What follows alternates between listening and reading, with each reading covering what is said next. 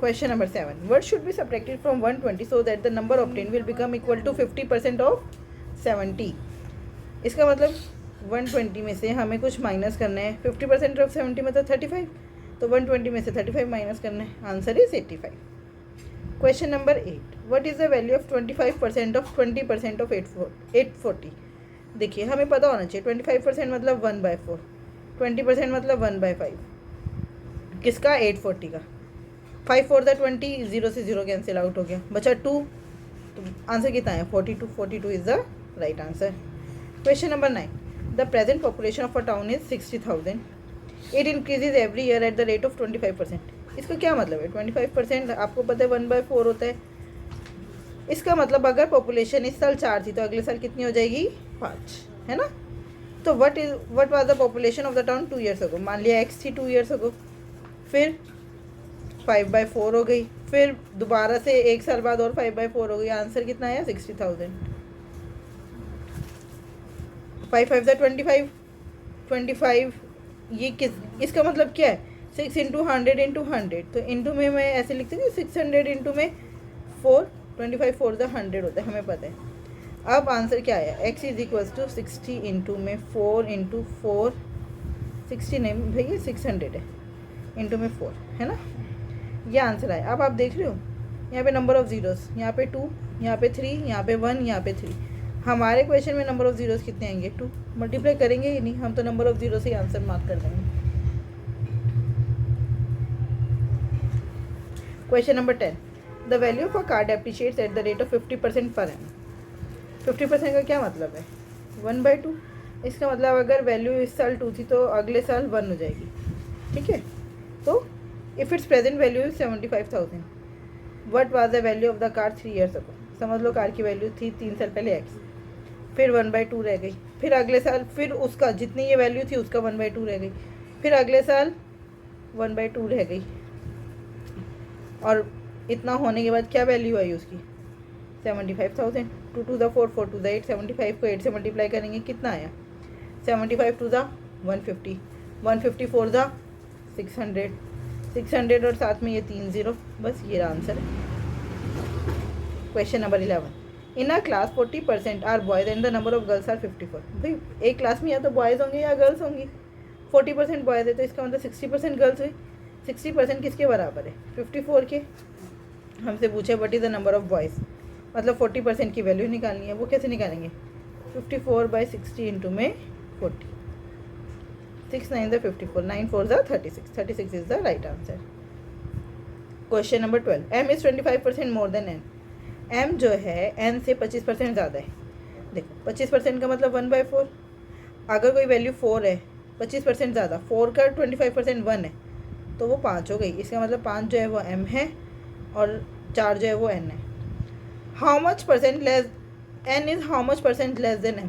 अब m से compare करना है. अगर m 5 है तो n कितना कम है? 1. 1/5 मतलब 20%. इसका मतलब n m से 20% कम है. Question number 13. If the radius of a sphere is increase by 30%. देखो रेडियस जो है वो 30% बढ़ा दी. 30% मतलब 3/10.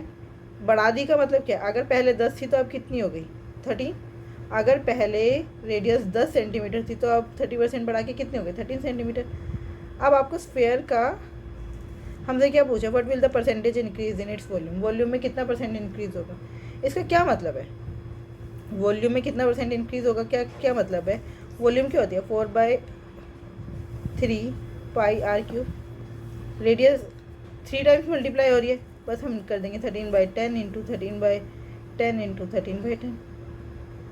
इसका क्या मतलब है? अगर मल्टीप्लाई करेंगे 2197 होता है. 13 का क्यूब, 10 का क्यूब 1000. इसका मतलब अगर ओरिजिनल वॉल्यूम 1000 थी तो 30% इंक्रीज़ होने के बाद वॉल्यूम हो गई 2197. इंक्रीज़ कितना हुआ? 1197. किस पर? 1000 पर. इंटू में 100%. 2 0 से 2 0, 1 0 बचा. 119.7. Question number 14. In an examination, 44% of students failed in quants and 38% of the students failed in verbal, while 32% failed in both the topics. ये है क्वांट्स और ये है वर्बल. ठीक है. अब ये फेल वाले स्टूडेंट्स दिखा रहे हैं, ये 44 है और ये 38 है और ये 32 है। भैया पूरे की वैल्यू कितनी है? यहाँ पे अगर आप देखो तो ये वैल्यू 2 टाइम्स काउंट होगी, इस 44 में भी और इस 38 में भी। तो हमें यूनियन निकालना है, Q और V का यूनियन निकालना है। तो क्या हो गया 44 प्लस 38 माइनस 32, कितनी वैल्यू आई? 44 प्लस 6, 38 माइनस 32 होता है 6, तो ये हो गया 50। परसेंटेज में था 50%। इसका मतलब जो बच्चे फेल हुए हैं वो कितने परसेंट है? 50%। तो जो पास हुए हैं वो कितने परसेंट होंगे? वो भी 50% ही होंगे, है ना। तो पास हुए बच्चे भी 50% है। उन्होंने बोला जो बच्चे पास हुए वो 350 है। इसका मतलब 50% अगर 350 है तो 100% कितना होगा? 700। 100% कितना होगा? 700। अगर एक शॉपकीपर 30% का डिस्काउंट देता है मार्केट प्राइस पर एंड एंड्स ऑफ सेलिंग, देखो आपको पता होना चाहिए मार्केट प्राइस और कॉस्ट प्राइस में एक रिलेशन होता है। ये मैं रिलेशन आपको एक वीडियो में सिखा चुकी हूँ, आप उस वीडियो को देखेंगे, शायद वो शॉर्ट्स है, तो आपको ये रिलेशन समझ आ जाएगा ये एमपी और सीपी में रिलेशन आया कहाँ से है। 100 प्लस प्रॉफिट परसेंट या माइनस लॉस परसेंट, ठीक है, इसलिए मैं यहाँ पे प्लस माइनस लगा रही हूँ। अपॉन में सीपी होता है 100 माइनस डिस्काउंट परसेंट, डिस्काउंट हमेशा ही माइनस होता है तो यहाँ पे सिंपल माइनस आएगा। ये एमपी और सीपी में रिलेशन है। अब देखो उन्होंने बोला कि भाई जो गुड्स है ना उसने उसको कॉस्ट प्राइस पे ही बेच दिया डिस्काउंट देने के बाद, प्रॉफिट तो ज़ीरो हो गया। इसका मतलब एमपी बाई सीपी का रेशो कितना आया? ये 100 है, 100 माइनस डिस्काउंट परसेंट, डिस्काउंट कितना दिया है? 30, तो 100 माइनस 30 70, तो 10/7 हो गया। अब इतनी बात समझ आ गई। अगर सीपी 7 है, एमपी कितना है 10, तो कितना परसेंट पूछे उन्होंने? ज़्यादा है, 7 पर 3 ज़्यादा है ना, तो 3/7 इंटू में 100%, बस डिवाइड कर दो। 7 4 ज़ा 28, बचा कितना? 2, 7 2 ज़ा 14, हमें आगे निकालने की ज़रूरत ही नहीं है, 42 एक में ही है बस। लेकिन फिर भी अगर आप निकालना चाहें तो बचा कितना? 60, 7 8 ज़ा 56, बचा कितना? 40 हो गया, 7 5 ज़ा 35, आगे चलेंगे तो वो राउंड ऑफ हो गया 6 हो गया, 42.86 is the right answer. Question number 16, if 8.6% of p is 43 then p is, देखो 8.6, इसका मतलब 86/1000 लिख दो, of p is equals to 43, 43 to the 86 होता है, 2 500 ज़ा 1000 होता है, इसका मतलब पी की वैल्यू कितनी आई? 500। क्वेश्चन नंबर 17, 15%, देखो हमें परसेंट की 15% नहीं लिखूंगी क्योंकि इस क्वेश्चन में बोले 15% of m plus n is equals to 65% of m minus. अब देखो तो जब दोनों तरफ परसेंट है तो वो परसेंट से परसेंट कैंसिल हो जाएगा, तो 15 into m plus n is equals to 65 into m minus n. 5 3 ज़ा 15, 5 13 ज़ा 65, एम प्लस एन अपॉन में m minus n is equals to 13/3। M plus n की वैल्यू है 13, एम माइनस एन की वैल्यू है 3। अब ये बहुत इंपॉर्टेंट कॉन्सेप्ट है, आपको समझना है। अगर हमें दो वैल्यू दे रखी है एम प्लस एन और एम माइनस एन, इन दोनों को प्लस करके 2 से डिवाइड कर देंगे तो पहले वाले की वैल्यू आ जाएगी, इन दोनों को माइनस करके 2 से डिवाइड कर देंगे तो बाद वाले की वैल्यू आ जाएगी। तो 13 + 3 16/2, एम हो गया 8, 13 - 3 10, 10/2, एन हो गया 5। अब उन्होंने बोला है then m is what percentage of n, तो हमें एन नीचे लिखना है इंटू में 100, 5 20 ज़ा 100 होता है, 8 20 ज़ा 160%, जो एम है वो एन का कितना परसेंट है? 160%। Question number 18, if x gets 40% more marks then y, इसका मतलब क्या? 40% 2/5 होता है, और ये एक्स है और ये वाई है। अगर वाई की वैल्यू 5 है, एक्स उससे 40% ज़्यादा है, 5 और 2 7, एक्स की वैल्यू है 7, then by what percentage marks of Y are less than the marks of X. अब वाई के मार्क्स एक्स से कितने कम है? 2 कम है, कितने पर? 7 पर, 2/7 इंटू 100, बस 7 1 ज़ा 7, 7 2 ज़ा 14, बचा कितना? 6, तो 7 8 ज़ा 56, 28 पॉइंट समथिंग आंसर आएगा, D is the right answer. Question number 19, price of 1 kg sugar is increase by 34% and the price increases by ₹51। What is the new price of the sugar पर kg। देखो इसमें क्या दिया है हमें, 1 kilo sugar का price 34% increase हो गया, इंक्रीज़ होने के बाद वो कितना बढ़ गया? 51। इसका मतलब हमें पता है 34% किसके बराबर है? 51 के। तो हमसे पूछा है न्यू प्राइस, ओरिजिनल प्राइस 100% था, 34% बढ़ गया, तो न्यू प्राइस कितना हो गया 134%। 34% की वैल्यू 51 है, तो 134% की वैल्यू हमें निकालनी है। वो कितनी होगी 51/34 इंटू में 134। 17 3 the 51, 17 2 the 34, 2 6 the 12, 2 7 the 14, 67 into 3 कितना होता है 201। Question number 20। Vinay purchases an article for rupees इतना, he spent rupees 500 on transport, on selling this article he still earn a profit of rupees 500, what is the profit percentage। देखिए विनय ने एक article खरीदा 500 रुपये और उसके ऊपर उसने 500 रुपये खर्च भी कर दिए, तो उसका सीपी कितना हो गया 2000,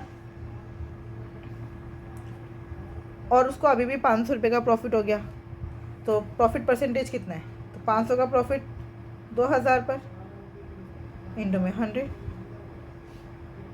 5 1 5 5 4, हमें पता है 1/4 कितना होता है, इतनी बारी पढ़ लिए 25% 1/4, 25% 1/4, सिंपल 1/4 देखते ही हम सीधा क्या लगाएंगे 25%। Question number 21। If 8.5% of a number exceeds 4.5% of the same number by 1.6, इसका मतलब क्या है, अगर 8.5% में से 4.5% माइनस कर दूँ तो आंसर कितना आएगा 1.6। 8.5% माइनस 4.5% कितना हुआ, इसका मतलब 4% 1.6 को बता रहा है ना, तो 100% किसको बताएगा, ये कितना मल्टीप्लाई है इंटू में 25, तो बस 1.6 को भी 25 से मल्टीप्लाई कर दो, 25 इंटू 16 करना है हमें। देखो आपको पता है 25 10 ज़ा 250 प्लस 25 6 ज़ा 150, कितना हो गया 400, और उसमें ये एक पॉइंट था तो एक पॉइंट लगा दो, 40 इज़ द राइट आंसर। देखो 75% of P's income is equal to 37.5% of Q's income. इसमें क्या है, परसेंटेज तो दोनों तरफ से कैंसिल हो जाएगा, इसका मतलब 75p is equals to 37.5 Q, ये इसका डबल है, 37.5 का डबल है 75, तो इसका मतलब p/q कितना है 1/2। अगर p की वैल्यू 1 है तो q की वैल्यू 2 है, अगर p की वैल्यू 24,000 है तो q की वैल्यू कितनी होगी 48,000, कुछ करना ही नहीं इसमें तो, है ना। Question number 23। If the price of sugar is decrease by 20%, then a person can buy 20 kg sugar more for ₹2500, then what will be the new price of the sugar per के। देखो प्राइस जो है वो 20% decrease हो गया, 20% का मतलब 1/5, इसका मतलब अगर प्राइस पहले 5 था अब कितना रह गया 4। हमें पता है टोटल एक्सपेंडिचर हमारा कांस्टेंट है 2500 ही है, तो क्वांटिटी अपोजिट हो जाएगी, क्वांटिटी हो जाएगी 4 और ये हो जाएगी 5, इनमें कितने का गैप है 1, बट उन्होंने बोला ये गैप कितने का है, ये गैप है 20 किलो का, 120 के बराबर है तो 5 कितने के बराबर होगा, 5 होगा 100 kg के बराबर, 20 इंटू 5, टोटल 2500 था, अब कितनी क्वांटिटी कर खरीद रहे हैं 100 किलो, डिवाइड कर देंगे तो 1 किलो कितने की है 25 रुपये की, है ना, तो 1 किलो कितने की है 25 रुपये की। आई होप आपको ये समझ आया है, कीप प्रैक्टिसिंग, थैंक यू।